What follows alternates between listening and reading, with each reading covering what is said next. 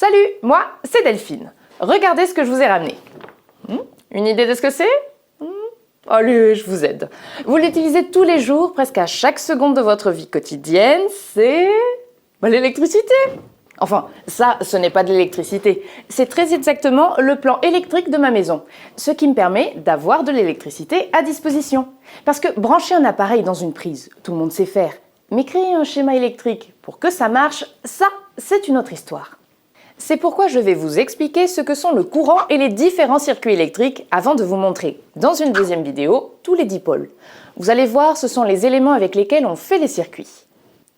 Mais avant de commencer à construire, je vais d'abord vous raconter 2-3 petites choses.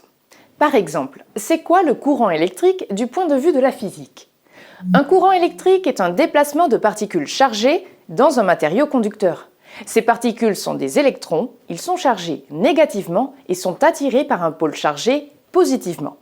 Et attention, les scientifiques n'aiment pas la simplicité. Ils ont décidé que sur les schémas électriques, on devait représenter le sens du courant allant du pôle positif vers le pôle négatif. C'est ce qu'on appelle le sens conventionnel du courant.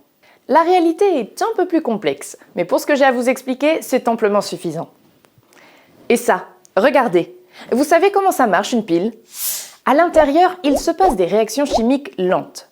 Ces réactions génèrent un excès de charge négative au pôle négatif et un déficit de charge négative au pôle positif. Conséquence de ce déséquilibre dans le circuit, les électrons sont repoussés par le pôle moins de la pile et attirés par le pôle plus. Cette circulation est un courant électrique.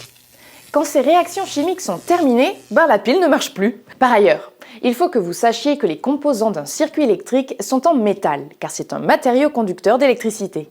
Autrement dit, il se laisse traverser par le courant. Au contraire, le plastique n'est pas conducteur, c'est un matériau isolant qui ne laisse pas passer le courant. L'air et le bois sont aussi des matériaux isolants. C'est pourquoi les fils électriques sont recouverts de plastique, ce qui nous permet de les manipuler en toute sécurité. Et comme l'air est un isolant, si vous laissez un interrupteur ouvert, le courant ne passe plus dans le circuit. Bon, on avance bien. Alors, si vous voulez utiliser cette électricité, pour faire de la lumière par exemple, vous devez créer un circuit électrique. Un circuit électrique est une succession de dipôles électriques, aussi appelés plus communément composants électriques. Mais attention, quand on construit un circuit électrique, le courant ne doit pas circuler. L'électricité, c'est dangereux pour l'homme. Il faut éviter tout accident pendant la manipulation et je plaisante pas, hein. Pour que le courant électrique circule, il faut que le circuit soit fermé. Tous les matériaux conducteurs doivent être reliés entre eux et former une boucle. Et pour interrompre le courant électrique dans un circuit, on peut donc simplement l'ouvrir. C'est à cela que sert l'interrupteur. Et l'interrupteur, c'est un dipôle. Vous savez, l'un de ces composants électriques avec lesquels on fabrique les circuits. Pour savoir comment on les monte, rendez-vous dans la deuxième vidéo.